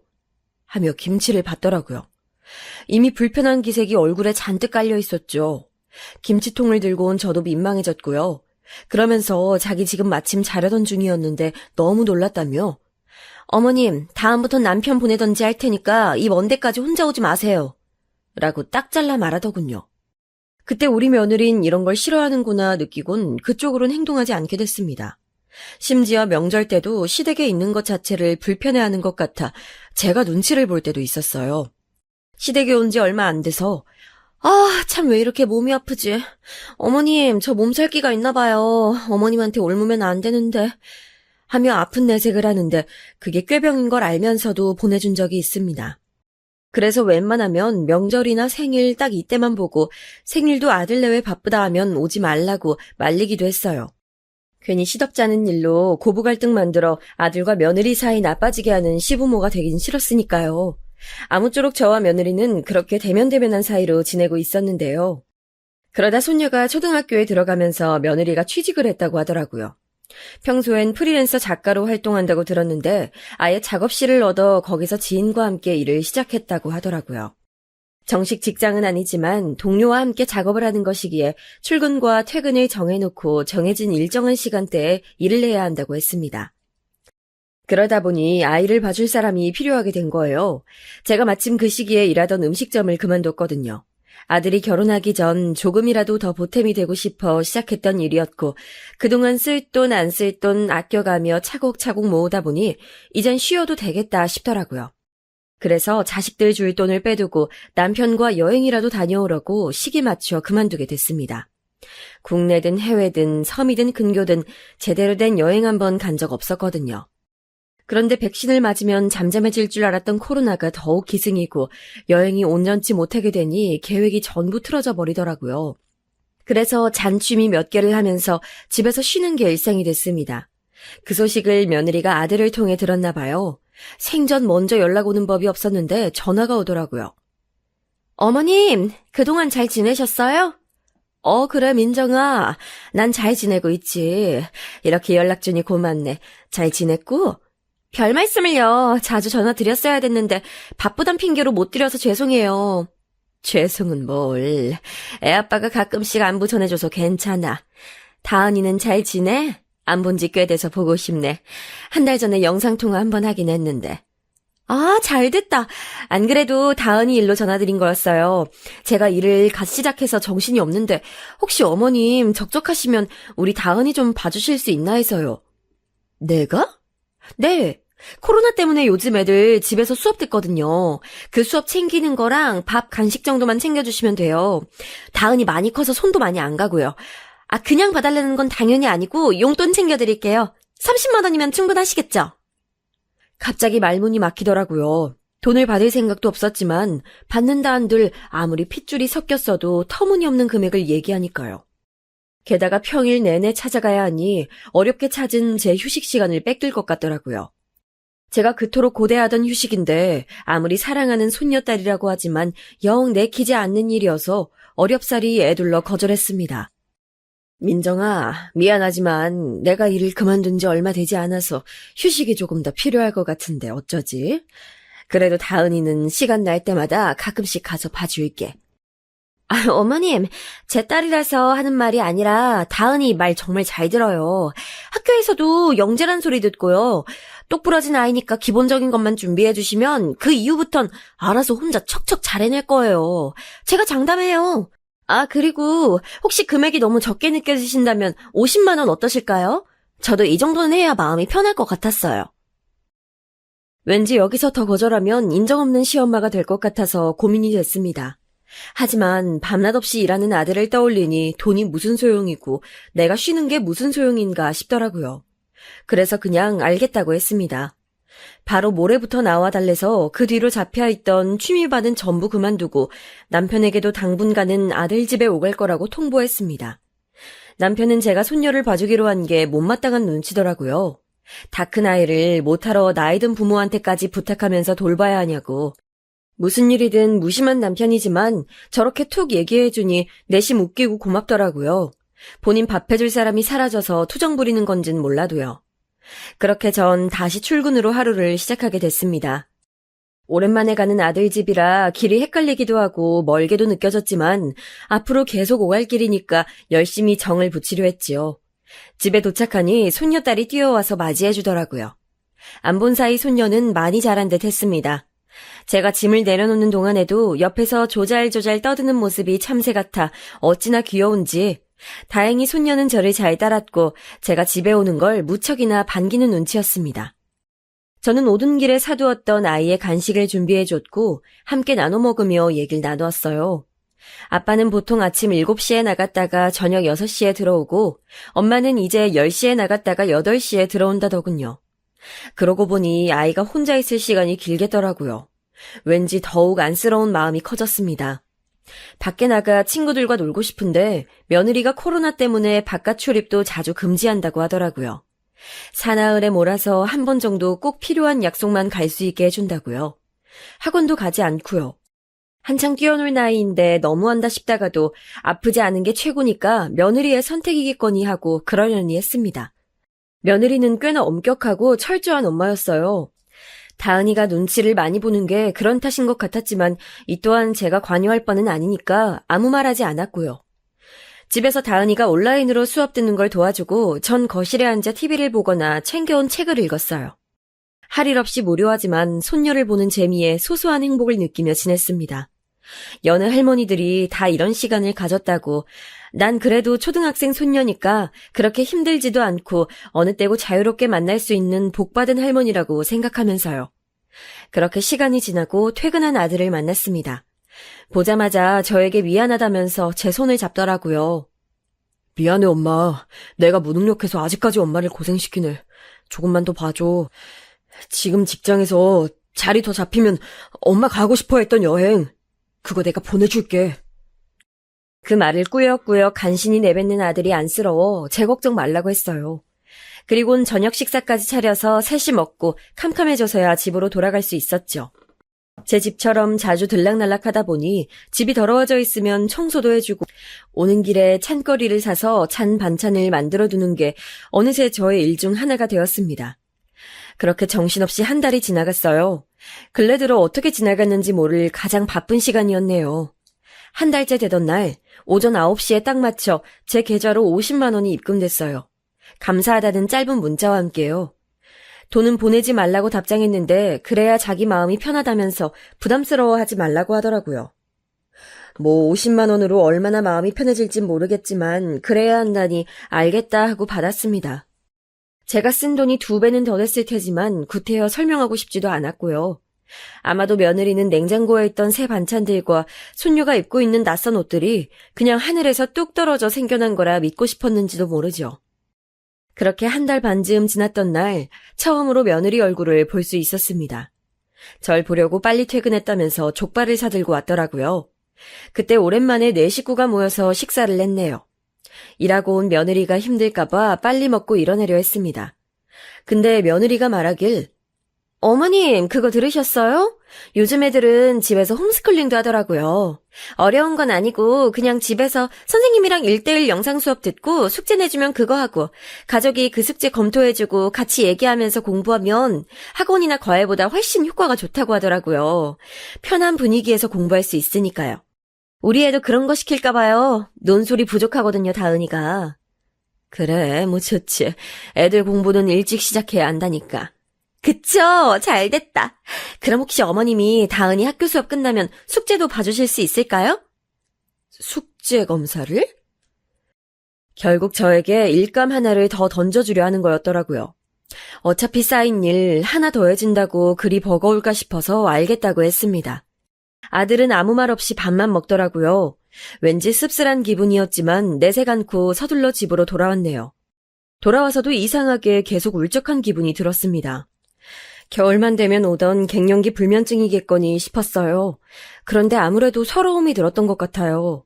하루하루가 아까운 내 나이에 여행이나 배움은커녕 자식 집에서 소모되고 있다고 생각하니 가슴이 답답했습니다. 하지만 여전히 제가 할 수 있는 별다른 선택은 없었죠. 거기다 그때쯤엔 무릎이 시큰해서 더더욱 며칠 정도는 쉬고 싶다는 생각이 간절했는데 그런 말을 꺼낼 수도 없었습니다. 예전에 아파서 하루 정도 손녀딸 봐주러 못 갈 것 같다 말하자 며느리의 반응이 영 그랬거든요. 이미 출근했는데 이제 와서 그러면 곤란하다느니 죄송하지만 오늘만 참아달라느니 어떻게든 버텨보라고 하는데 솔직히 속으론 섭섭하더라고요. 어머니, 일단 참아주세요. 제가 어떻게든 빨리 가볼게요. 그러니까 무릎 그거 약을 먹든 병원을 가시든 하시라니까 참. 곤란하네요. 이런 식으로 말하며 전화를 획 끊어버리는데 여기서 며느리를 혼내면 괜스레 어른답지 않게 보일까봐 체면 때문에 말은 못하고 있었지만 정말 화가 많이 났습니다. 속이 부글부글 끓었어요. 며느린 그때부터 묘하게 마치 아랫사람을 부리듯 저를 그렇게 대하고 있었죠. 제가 바보 천치처럼 눈치를 채지 못했을 뿐. 게다가 손녀의 숙제를 봐주기로 한 건 생각보다 저에게 큰일이었습니다. 쉽게만 생각했던 요즘 초등학생의 수준이 굉장히 상향화되어 있더라고요. 그래봤자 우리말인데 왜 이렇게 문장 하나하나가 난해하게 느껴지던지 사회 공부도 논술 공부도 무엇 하나 쉽지 않아서 안경 껴가며 해설집을 찾아 더듬더듬 답을 써주는 게 제가 할 수 있는 최선이었어요. 다은이는 원체 공부에 관심이 있던 아이는 아니지만 타고나길 영특해서 곧잘 성적을 낸다고 했었습니다. 그래서인지 다행히 저의 부족한 설명을 자기 선에서 이해하려 애쓰고 풀어나가더라고요. 다만 문제는 밖에 잘 나가질 못하다 보니 많이 지쳐있는 듯 보였거든요. 집중력이 많이 흐트러진 상태였습니다. 문제 하나를 푸는 건 금방 해냈지만 그 다음 문제로 가는 게 어려워 보였어요. 나중엔 공부와 전혀 상관없는 자꾸 쓸데없는 질문을 하면서 일부러 시간을 잡아먹더라고요. 저에게도 참 버거운 시간이었습니다. 공부해야지, 응? 나 놀고 싶단 말이에요. 할머니 나 간식 만들어주면 안 돼? 간식 만들어줘요. 간식은 나중에. 공부 먼저 해야 돼. 싫단 말이야. 공부 지겨워. 맨날 하는 게 공부인데. 딴 거 하면 안 돼요? 할머니 제발 한 번만. 달래는 것도 한계가 있지 손녀와 이런 입씨름을 지겨울 정도로 하고 있으니 저도 체력적으로 정신적으로도 지치더라고요. 이래서 교육이 어려운 거구나 하는 깨달음도 문득 들었고요. 집에만 오면 녹초가 되어 쓰러지는 절 보던 남편은 그렇게 힘들면 그만두라는 말을 하기도 하는데 전 그럴 수가 없어 고개를 저을 뿐이었습니다. 그러다 하루는 그런 일이 있었어요. 숙제 검사를 하는 날이었는데 갑자기 문제집이 없어졌다는 거예요. 집안에서 잃어버린 건 아니고 마트 다녀오는 길에 떨어뜨린 것 같다는 말도 안 되는 얘기를 하는데 황당하더라고요. 얘가 하기 싫은 건지 정말 잃어버린 건지 모르겠고 그 와중에 며느리가 뭐라고 할지 내심 걱정이 들던 제 모습이 처량해서 웃음이 나기도 했습니다. 일단은 괜찮다며 새로 사면 된다고 아이를 진정시키고 저녁 준비를 했어요. 음식 재료를 가지러 베란다 쪽에 갔더니 글쎄 환기구 뒤에 문제집을 꽂아뒀더라고요. 손녀에게 물어보니 대답을 못하더라고요. 그런데 이상하게도 숙제는 다 해둔 상태였어요. 왜 숨겼는지 솔직히 말해주면 엄마 아빠한테는 비밀로 하겠다고 약속하니까 그제야 한마디 하더라고요. 그냥 보여주기 싫었어요. 잘하든 못하든 어차피 엄마는 더 열심히 하라고만 하니까. 그 말을 들으니 나도 어른으로서 할머니로서 잘한 거 없다 싶더라고요. 며느리 말만 듣고 아이와 교감 없이 기계적인 검사만 해왔으니까요. 그 당일날 퇴근한 아들에게 이 사실을 말했고 아들은 알겠다며 고생이 많았겠다라고만 했어요. 그 뒤로는 아이의 자율성에 맡기고 크게 건드리지 않았어요. 그러자 아이도 오히려 마음 편히 공부하고 더 열심히 노력하는 것 같더라고요. 혼자서 잘하는 아이인데 내가 너무 몰라줬나 싶어 미안하기도 대견하기도 했어요. 그러다 일은 평화로울 것만 같던 어느 날 갑자기 터졌어요. 일찍 퇴근하여 집으로 돌아온 며느리가 어두운 표정으로 제게 잠깐 얘기를 하자고 하더라고요. 전 뭔 일이 있나 싶어서 걱정이 돼서 무슨 일이냐고 물었습니다. 며느리가 말하길, 어머님, 다은이가 새로 신청한 수업 성적이 나왔거든요? 근데 평소보다 한참 못 미치게 나왔어요. 어떻게 된 일일까요? 그래? 아유, 난 나름대로 한다고 했었는데 운이 안 좋았나 보다. 아, 이제 알겠어요. 어머님의 그런 안일한 태도가 다은이한테 악영향을 준 것 같네요. 지금 다은이 또래에 도태되면 중학교, 고등학교까지 고생이에요. 어머님도 그러셨잖아요. 애들 어릴 때 교육이 중요하다고. 전 너무 당황스럽고 황당했지만 이번만큼은 그냥 넘어가면 안 되겠다고 생각했어요. 민정이 너 말 참 그렇게 한다. 다은이도 열심히 했고 나도 몇 시간 더 늦게 가면서까지 하나라도 더 봐주려 노력했어. 근데 나한테 돌아오는 말이 고작 악영향을 준다 만다는 얘기니? 좀 실망스럽구나. 과정은 결국 결과를 보여주기 위해 존재하는 거예요. 나름대로 애쓰셨는지는 못 봤지만 결과는 이렇게 봤잖아요, 제가. 다은이한테는 과정도 중요해.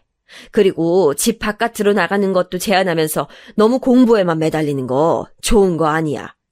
애가 갑갑할 텐데 주기적으로 숨은 쉬게 해줘야지. 전 그러고 있어요.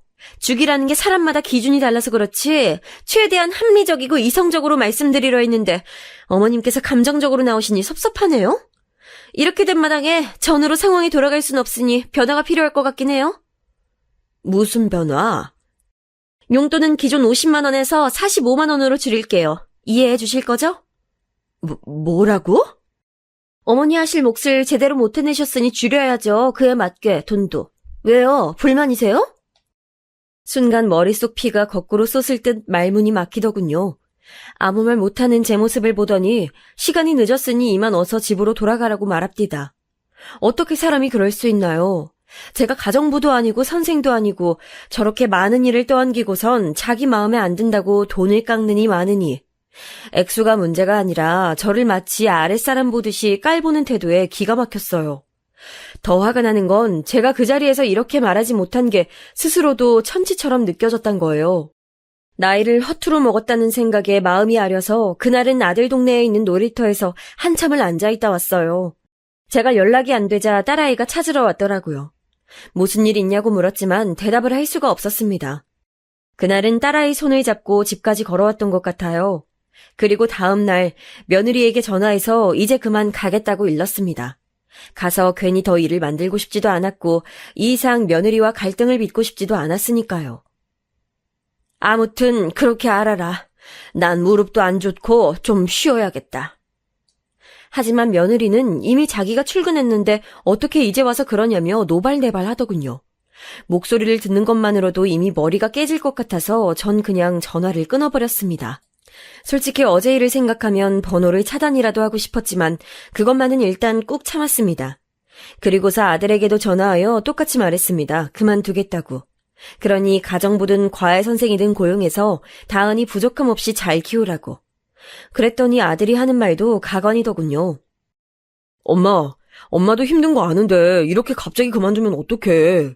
지금 내 상황에서 어떻게 사람을 고용해서 써. 최소한 어느 정도 시간은 줘야지. 다은 엄마도 일 시작한 거 알잖아. 엄마만 편히 쉬겠다고 너무 이기적인 선택하는 거 아니야? 사람? 그럼 난 사람도 아니니? 난 네가 언제고 값싸게 갖다 쓸 수 있는 물건이라는 거야? 그런 말 아니잖아, 엄마. 나랑 애엄마랑 우리 다은이 생각해서 한 번만 봐줘.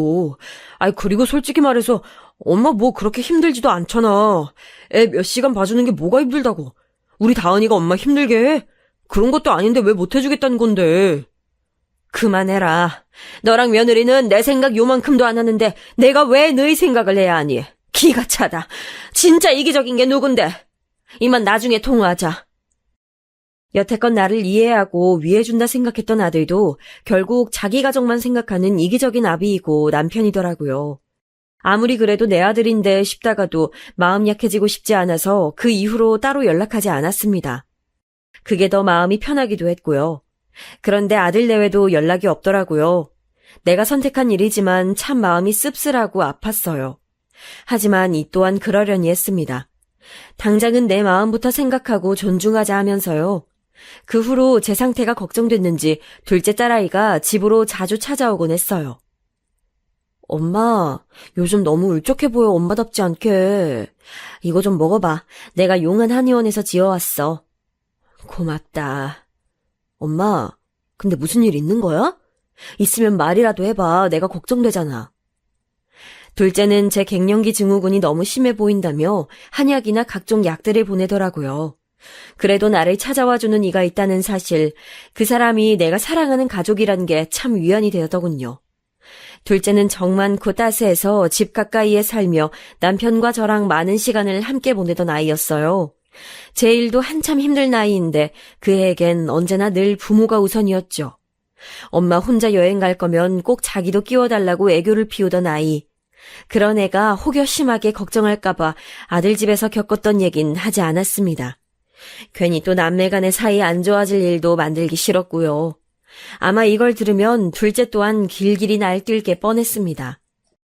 그런데 어느 날 딸아이가 저에게 이상한 말을 하더라고요. 그리고 그 말은 불씨가 되어 아주 큰 사건을 일으키고 말았습니다. 모든 걸 뒤집을 사건이었죠.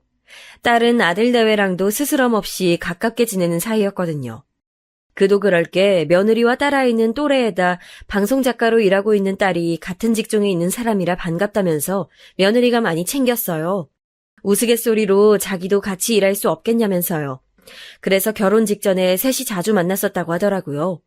후에 며느리의 깐깐한 성격이 자신과 맞지 않다며 딸은 거리를 두는 것 같았지만요. 근데 알고 보니 딸이 그 며느리와 함께 동업한다던 동료와 가까운 친구 사이더라고요. 이번에 SNS를 살펴보다가 동료와 며느리가 함께 찍은 사진을 보고 딸이 놀라서 연락을 했대요. 자기 새언니랑 같이 일하는 거냐고 물으니 그렇다대요. 무슨 일을 하냐고 아무 생각 없이 물어봤더니 그 동료가 말하길 블로그 알바와 댓글을 다는 작업이라고 하더군요. 정말로 제 생각과는 전혀 다른 일이었어요. 분명 작가 일을 한다고 들어서 전 작품을 쓰는 건 줄 알았거든요. 글은 글이지만 설마 인터넷에 돌아다니는 그런 글일 줄이야. 찝찝했지만 그 이상 더 깊이 들어가면 며느리의 사생활이니까 묻진 않았습니다. 그런데 다음날 저녁에 딸이 또 뭔가 이상하다면서 자기 메신저 대화를 보여주더라고요. 그런데 우린 출퇴근할 필요 없이 언제든지 재택으로 가능한 일이야. 그래서 매일 집에서 작업하는데 그게 너무 좋아. 지금 내가 같이 일하는 분도 딸 기르면서 하고 있대. 완전 편하지? 부럽지? 딸아이도 며느리가 새로 일을 구해서 작업실로 출퇴근한다는 건 저에게 들어 알고 있었는데 뜻밖의 이야기를 듣자 당황하고 있었어요. 물론 저도 당황했지만 화가 먼저 나더라고요. 그럼 나한테 거짓말을 한 건지 어디서 뭘 한 건지 낱낱이 듣고 싶더라고요. 당장 딸아이와 함께 며느리 집으로 찾아갔죠. 과외를 그만둔 손녀는 저녁 때마다 근처 동네 친구 집으로 놀러간다 해서 그런지 보이지 않았고 차라리 다행이라 생각했어요. 오늘은 왠지 큰 소리가 날 것만 같았거든요. 너희 집에 와 있다고 문자를 남기고 30분도 안 돼서 며느리가 도착했습니다. 아마도 근처에 있다가 놀라서 온 것 같았어요. 그 일 전에 네가 얘기했던 동료라는 분에게 얘기 전해 들었어. 재택으로 하는 일이라며. 넌 분명 작업실 구해두고 아침에 출근해서 저녁에 퇴근하는 일이라고 하지 않았니? 어머님 설마 그것 따지시려고 온 거예요? 저 너무 당황스러워요. 가족도 아닌 사람 말만 듣고선 이렇게 갑자기 찾아오시면 어떡해요? 저를 믿으셔야죠. 출퇴근하는 일 맞고요. 둘이 함께 있어야 작성, 검토 다 한 번에 끝낼 수 있어서 꼭 작업실이 필요한 일이에요. 제 동료 말은 예외의 일이 있으면 재택으로 할 수 있어서 좋다는 뜻일 거예요. 예외? 그럼 다은이 키우는 것도 예외로 두고 좀 융통성 있게 정리했어도 되는 일이잖아. 그건 안 되죠. 애가 며칠만 예외적으로 쉬는 것도 아니잖아요. 근데요, 어머님이 여태 다은이 봐주신 건 감사한데 제가 성적 가지고 몇 마디 했다고 이런 식으로 악감정 갖고 보복하는 건 좀 유치한 것 같네요. 뒤를 캐내는 것 같아서 조금은 불쾌하기도 하고요. 뭐라고? 아니다, 그래. 내가 미안하다. 전 제가 잘못 들었나라는 생각으로 오히려 오해여서 잘 됐다고 여기며 돌아가려고 했어요. 그런데 며느리와 저의 대화 내용으로 이제야 그동안의 어렴풋이 일을 알게 된 딸아이는 화가 단단히 났나 보더라고요. 기가 막히다면서 펄쩍펄쩍 뛰더니 언니, 왜 말을 그렇게 해요? 오해면 그냥 오해라고 하면 되지 왜 치졸한 사람 취급까지 해? 그것도 언니가 말한 것처럼 가족인 사이에. 아가씨, 그게 아니라. 그렇게까지 말하는 거 보니 왠지 더 확인하고 싶어지네. 내가 그럼 친구한테 지금 전화해서 물어볼게요. 우리 같이 얘기해요. 그 직장이 어떻게 돌아가는 건지. 평소엔 그러지 않는 애가 저렇게 화를 내니 전 놀라서 말릴 겨를도 없었어요. 딸아이는 바로 휴대폰을 꺼내 전화를 걸었죠. 그런데 그때부터 이상하게 며느리가 안절부절 못하고 그만해요 라는 말만 반복하는 거예요. 뭔가 있겠다 싶은 촉이 들었어요. 여보세요? 나야. 네가 그때 말한 일 있잖아. 우리 새언니랑 한다는 작업. 그거 작업실까지 갖춘 일 맞아? 매일 아침 출근하면서. 그때였습니다. 며느리가 갑자기 딸아이의 휴대폰을 뺏어서 던져버리더라고요. 전화는 허무하게 꺼졌고 놀란 딸아이는 뭐하는 짓이냐며 소리를 버럭 질렀어요. 넌 아무것도 모르면서 갑자기 나타나 왜 참견인데? 참견이라니. 우리 엄마 일이고 조카 일이고 오빠 일이야. 네가 어디까지 거짓말을 했냐는 게 나한텐 그만큼 중요하다고. 그러자 며느리는 씩씩거리더니 그만하라며 이내 울음을 터뜨립디다. 딸아이는 집요하게 폰을 주어서 다시 전화를 해보겠다고 했어요. 아예 그쪽에다가도 거짓말한 사실을 알려서 망신을 줘야 한다고. 며느리는 그제야 실토하더라고요. 사실 출근하는 건 거짓말이었다고. 육아가 너무 지겹고 집이 너무 답답해서 밖으로 나가는 일을 하고 싶었다는 겁니다. 그런데 이제 와서 막상 취직하려니 별다른 재능 없는 자신을 받아줄 데도 없고 다닐 것도 막막해서 찾아낸 일이 그 블로그 아르바이트였대요. 한때는 작가를 꿈꿨기에 그 일이 가장 만만했다네요. 그런데 집에서 작업하면 여전히 아이랑 가사 둘 다 떠맡아야 할 것 같아서 거짓말을 했던 거예요. 그럼 그동안 하루 종일 어디에 있다가 온 거니? 작업실도 없고 친구도 가족도 없이 너 혼자 어디 가 있던 거냐고. 카페에 있다가 작업이 끝나면 그냥 말 그대로 휴식을 가졌어요. PC방도 가고 혼자 밥 먹고 친구도 만나고 울적하면 기차도 타고 그렇게 여기저기 돌아다니면서. 그게 나빠요? 전 떳떳해요. 거짓말한 건 잘못이지만 다 그럴 만한 이유가 있었다고요. 다은이가 초등학교 들어갈 때까지 저 하루도 제대로 쉬어본 적 없어요.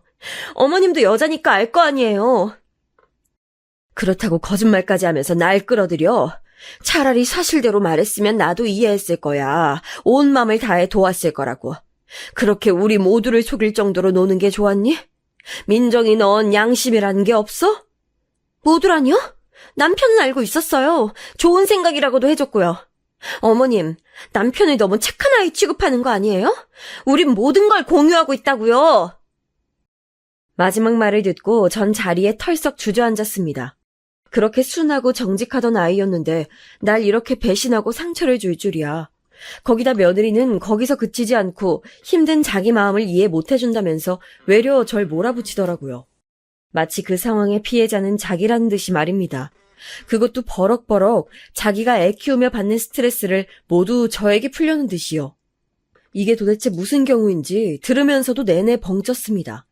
거기에 덩달아 화가 난 딸아이도 똑같이 쏘아붙이다가 이내 지쳤는지 엄마 그냥 가자. 말할 가치도 없어.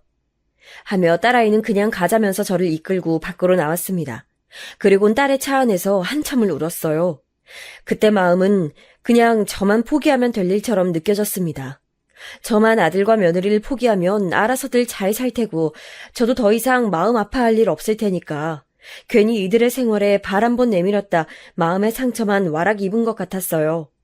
도대체 내가 왜 손녀 봐주는 일을 시작했는지 사슴처럼 이쁜 손녀의 눈망울이 떠오르면서도 후회가 밀려오기 시작했죠. 그래도 아들에게 전화해서 마지막으로 확인해보고 싶다고 며느리가 한 말이 진짜냐고 물었어요. 아들은 한참을 아무 말 없다가 힘겹게 말을 잇더라고요. 죄송해요, 엄마. 그치만 엄마와 아내 사이에서 갈등이 없게 만드는 게 내 일이라 생각했고 아내가 말한 계획이 모두가 평화로운 방법이라 생각했어. 엄마가 그렇게까지 힘들어할 줄 몰랐고 와이프가 그렇게까지 많은 일을 떠넘길 줄 몰랐다고.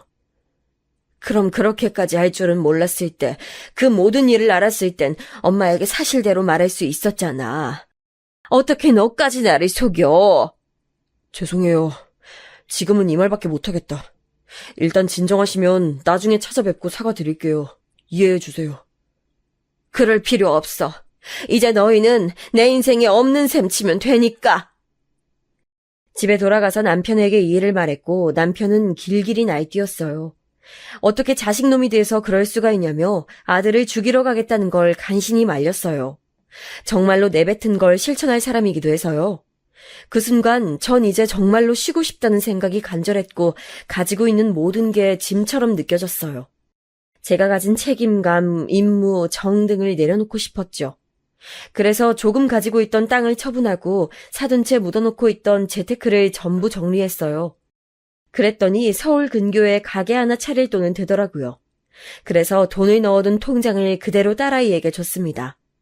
그동안 저 대신 많은 일을 실어내느라 고생했기도 했고 방송작가 일이 힘들어서 괴로워하는 모습을 여태 가까이서 보았기에 숨쉴 구멍이 될 일을 만들어주고 싶었어요.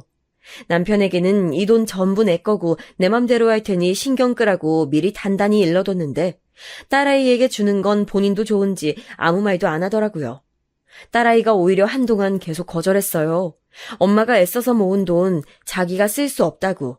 그렇지만 제가 내내 설득하여 결국 받았고 카페를 하나 차리기로 했더라고요.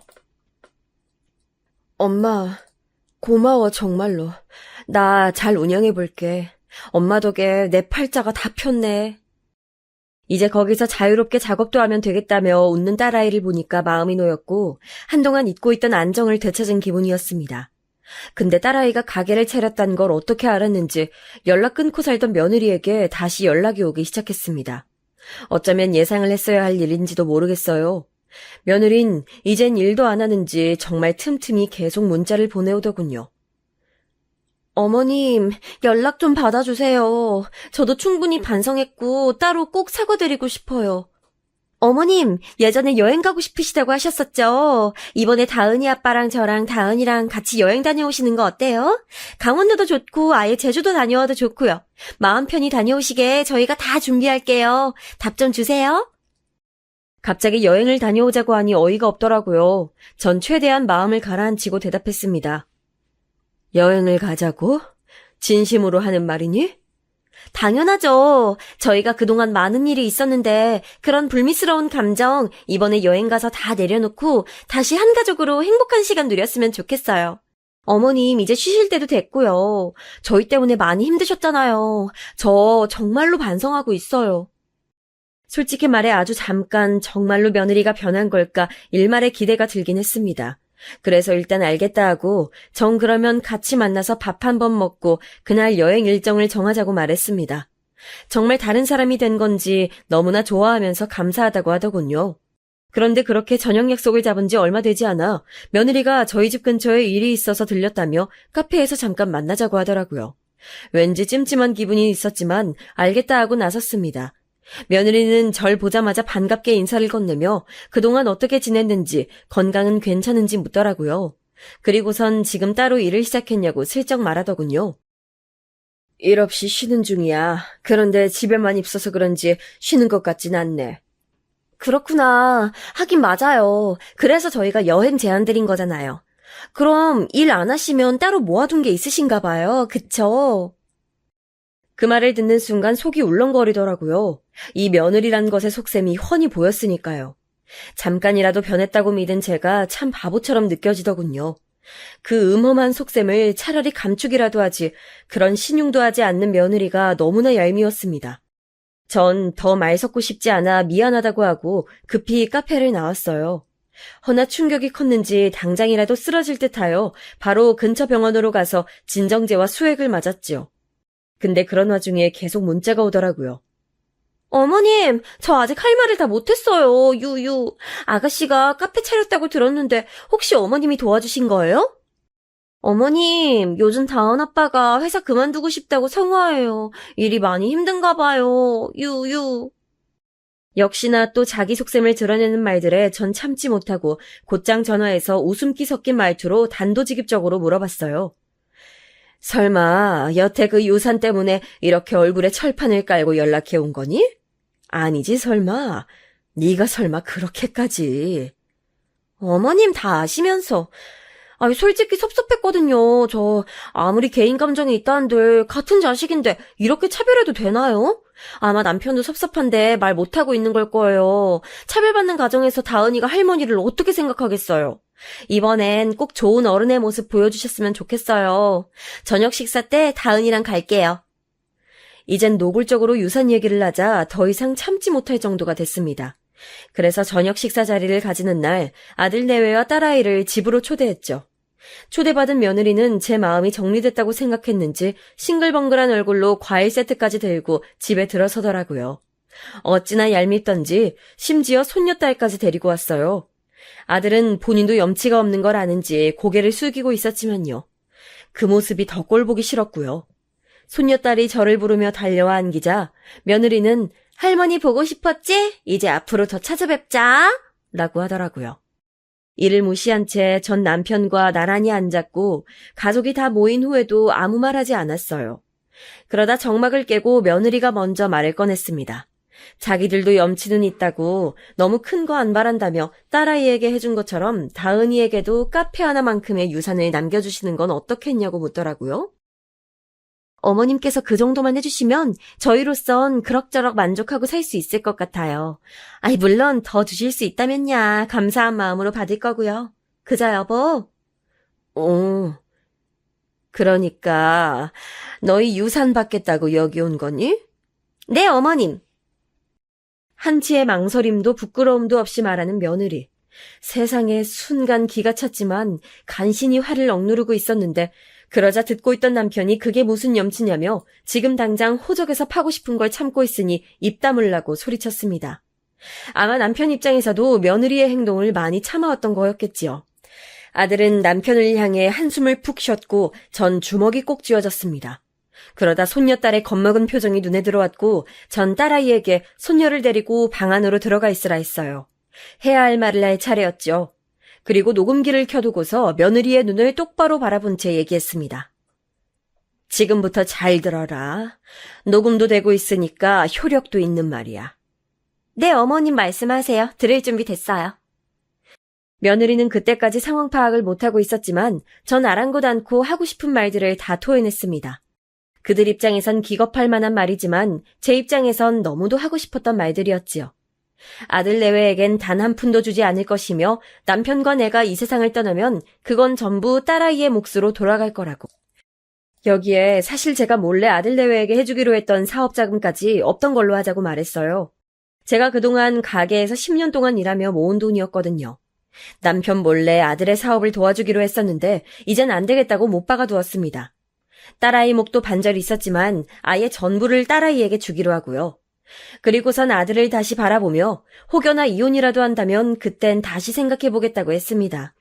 둘 다 평생 보고 싶지 않지만 그래도 한 사람이나마 사람다운 모습을 보여주면 조금이나마 희망을 볼 것 같다고 덧붙이면서요. 그러자 역시나 며느리는 자기를 망신 주려고 부른 거냐며 저에게 노망이 났다느니 치매가 왔다느니 드디어 본색을 드러내고 막말을 퍼붓더군요. 미치셨어요, 어머니? 뭐라고요? 노망 나셨어요? 처음부터 이러려고 저희 부르신 거예요? 정말 대단하시네요, 대단해. 아니, 제가 어머니께 뭔 잘못을 했다고 이렇게까지 하세요? 그동안 며느리로서 어머님 대접해드린 게 다 후회가 되네요. 돈까지 줘가며 대접해드렸더니 이제 와서 뭘 어떻게 하겠다고요? 제가 잘못 들은 거죠, 어머니? 설마 용돈을 말한 건가 싶었는데 맞더군요. 참 어이가 없고 기가 차 말이 나오지 않았습니다. 한편으로는 손녀가 이걸 들을까봐 겁이 나기도 했어요. 어머님, 제가 용돈 드린 건 그건 생각 안 나세요? 다 받아먹으시고서? 없는 살림에 그렇게라도 대접해드렸더니 이런 식으로 사람 뒤통수 때리세요? 아주 대단하시네요, 아주. 차별도 정도껏이지. 진짜 이노인네가 치매인가? 아마 그 말이 남편의 심기를 또 한 번 자극한 것 같습니다. 남편이 잡고 있던 이성의 끈이 맥없이 풀렸고 전 벌떡 일어나 며느리의 뺨을 때리려 하던 남편을 막아섰죠. 혹여나 전치 몇 줄을 들먹이며 합의를 요구하는 일은 없어야 하니까 저라도 이성을 차려야 했습니다. 아들은 죄송하다며 눈물을 흘리고 무릎을 꿇었어요. 그러자 남편이 아들을 때리기 시작했고 이번엔 말리지 않았습니다. 어서 나가라고 소리치자 아들이 며느리를 끌고 나갔어요. 안 나가려고 아득바득 버티던 며느리의 모습을 다시금 떠올리니 어이가 없어서 웃음이 나다가도 착잡해지네요. 그래도 할 말을 다 하고 모든 걸 빼앗았다고 생각하니 어찌나 속이 후련하던지 그동안 응어리졌던 것들이 싹 내려가는 느낌이었어요. 마치 지금껏 풀지 못했던 한을 푼 것처럼 이젠 편하게 두 다리 뻗고 잘 수 있겠더군요. 아들 내외를 내보낸 후 놀랐을 손녀를 달래면서 집으로 돌아가겠냐고 물으니 싫다고 하더군요. 그래서 저녁 먹인 후에 저희 집에서 재웠죠. 다음날 아들에게 다은이가 우리 집에 있길 바란다고 한동안은 여기서 보살피겠다고 했어요. 아들은 자기가 와이프에게 단단히 말해두겠다며 고맙다는 말과 함께 전화를 끊었습니다. 비록 그 후로도 계속 며느리에게 수많은 부재중 전화와 문자가 와 있었지만요. 치매 걸린 노인네라는 발언부터 시작해서 온갖 입에 담지도 못할 막말들이었습니다. 심지어 손녀딸을 데리고 있는 것도 잘못된 일이라며 신고를 하겠다고 하더라고요. 며느리의 본성을 제대로 알 수 있는 말들이었고 정말 이제 저 역시 며느리와는 눈도 마주치고 싶지 않았습니다. 그래, 어디 한번 마음대로 해봐라. 그 말만 하고서 완전히 번호까지 차단시켰습니다. 그렇게 폭풍 같은 시간이 지나가고 그 일이 있은 지 벌써 1년이 지나갔습니다. 전 이제 곧 남편, 딸아이와 제주도 여행을 준비하고 있어요. 남편과 딸은 각자의 일이 바빠서 일주일 정도만 머물다 돌아가기로 했고 전 한 달 정도 더 머물 생각이에요. 바다와 산을 오가면서 그동안 하지 못했던 생각들과 고민들, 행복한 기억들을 차근차근 되짚어보면서 저만의 시간을 갖고 싶어서요. 저에게 삶의 여유를 주고 기다려주는 가족이 있어서 이번 여행은 분명 아주 행복한 추억이 될 것 같아요. 참고로 아들과 며느리는 그 후 갈라섰어요. 딸아이가 전하길 아들이 많이 힘들었는지 먼저 이혼하자고 했다더군요. 며느리는 죽어도 안 된다고 우겼지만 결국 그렇게 됐나 보네요. 손녀는 아들 쪽에서 키우기로 했고요. 아들은 그 뒤로 종종 전화를 해왔지만 저는 당장 아들을 마주할 자신이 없었습니다. 그래서 아직까지 연락을 피하고 있어요. 당장은 아니더라도 제가 정말 내킬 때 마음이 닿을 때가 온다면 그때 아들을 만나보려고요. 아무래도 마음의 준비가 됐을 때 만나는 게 서로에게 더 좋을 듯 해서요. 하지만 상처가 깊었던 그때의 기억 때문에 얼마가 걸릴진 모르겠네요. 마지막으로 여러분도 어느 때건 얼만큼 나이를 먹었던 간에 쉼이 필요하다면 무작정 여행을 가세요. 진정한 어른이 되는 건 어렵지만 우리는 각자의 고민과 사연으로 어른의 책임감만큼 너무나 빠르게 나이 들어가고 있잖아요. 당장의 휴식을 미뤄둔다면 잡념은 쌓이고 몸은 더 무거워져 갑니다. 그러니 충분히 휴식하고 자기만의 시간을 가지세요.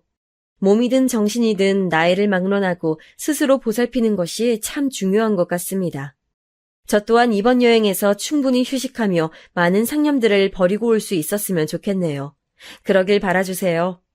넋두리 같은 글이었지만 마지막까지 긴 글 들어주셔서 감사하고 들어주신 분들 모두 하루하루 행복함과 평안이 넘치는 그런 하루 되시길 바랍니다.